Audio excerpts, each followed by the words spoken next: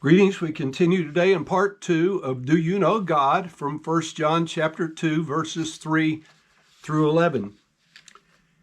We're talking about the false doctrine of 1 John 1:6 being revisited.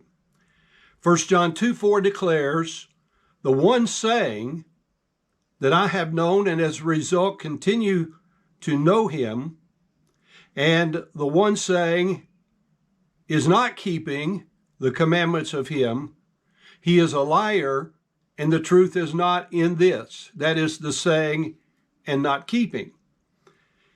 Verse 5 of 1 John 2 contrasts, "But he who should be keeping the word of him, truly in this the love of God itself has been perfected. In this thing we are knowing because we are in him." Then 1 John 2:6 observes, "The one saying to abide in him, he is obligated, just as that one himself walked, even he is to be walking in the same manner." So the one saying that he's abiding in fellowship with Christ must be walking as Christ walked in the light. The word walk here means to walk about or conduct one's life. This is probably the equivalent of what Peter expressed in 1 Peter 2:21 when he says, "For even hereunto were ye called, because Christ also suffered for us, leaving us an example that ye should follow his steps."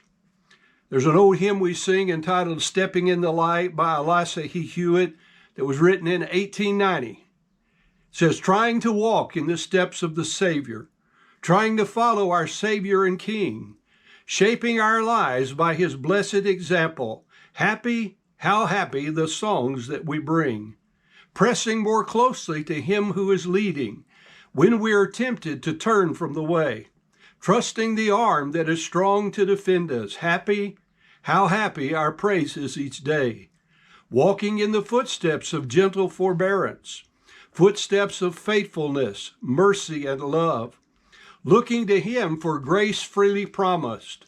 Happy, how happy our journey above, trying to walk in the steps of the Savior. Upward, still upward will follow our guide, when we shall see him, the King in his beauty.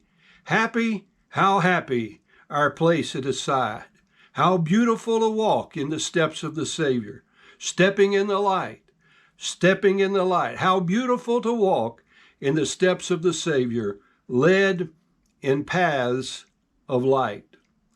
Then we find that this false doctrine is now refuted in 1 John 2:7. "Beloved ones, I'm not writing a new kind of commandment to you all, but an old commandment which you all are having from the beginning." The old particular commandment itself is being the word which you all heard. The old commandments of the law of God given by Moses did not allow one to say he was keeping the law while breaking it. Jesus was asked, "What is the great commandment of the law?" in Matthew chapter 22, verses 36 through 40. And he gave his answer as the following: "Thou shalt love the Lord thy God with all thy heart, with all thy soul, and with all thy mind. This is the first and great commandment. And the second is like unto it, Thou shalt love thy neighbor as thyself. On these two commandments hang all the law and the prophets."